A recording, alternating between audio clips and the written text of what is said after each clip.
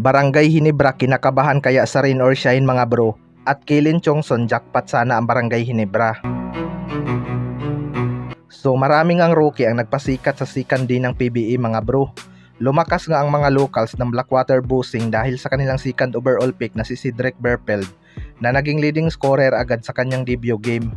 Pero ang isa nga sa mga rookie na impressive ang naipakitang performance sa kanyang debut game ay itong si Kylin Chongson mga bro na umiscore ng 15 points at naging local leading scorer sa laban na yon. Rookie pa lang pero veterano na talaga itong maglaro mga bro.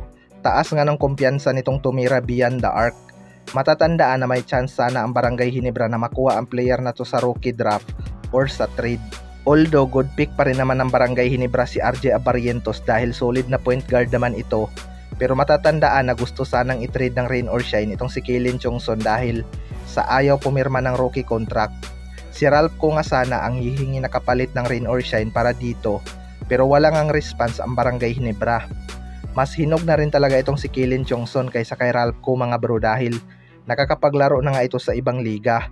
Pero good thing pa rin naman na si rain or shine ito napunta dahil dito mailalabas niya talaga ang kanyang potensyal. Pero mapapaisip ka pa rin talaga na jackpot sana ang Barangay Hinebra dito kung nakuha nila ito via trade. Kaya abangan na lang natin kung magtuloy-tuloy. Sa kabilang banda naman mga bro, Barangay Hinebra kinakabahan kaya sa rain or shine. Ito nga Barangay Hinebra ay hindi naging maganda ang kanilang tune-up game sa pre-season mga bro. Tinalo nga sila ng Blackwater Busing at TNT Tropang Giga.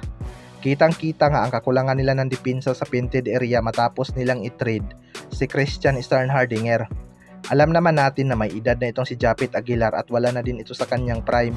Kaya magiging liability talaga nila ang depensa. Makakalaban nga ng Barangay Hinebra sa kanilang debut game itong rain or shine Elasto Painters na may isang panalo na.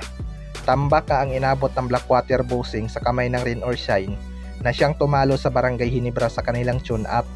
Napakadominant nga sa ilalim ng kanilang import na si Aaron Poller. Siguradong kakainin lang talaga nito ang depensa ni Japet Aguilar. Kumpiyansa nga itong si Coach Yeng Giao sa kanyang mga rookie na kaya nitong sabayan ang Barangay Hinebra. Magandang floor spacer talaga itong kanilang mga rookie na sina Kylin Chongson at Felix Limete mga bro. Hindi naman nagkakalayo ang skills ng dalawang team na to dahil pareho nga sila na may mga shooter beyond the arc. Mainit din kay Coach Yeng Giao itong Barangay Hinebra dahil sa kanilang ginawang trades. Kaya gustong gusto itong talunin ni Coach Yeng Giao. Pero alam naman natin na nag-iiba ang galaw ng Barangay Hinebra sa totoong laban, lalo na kapag nandyan si Justin Brownlee. Kaya abangan na lang natin ang kanilang magiging debut game. Kayo mga bro, ano masasabi nyo tungkol dito?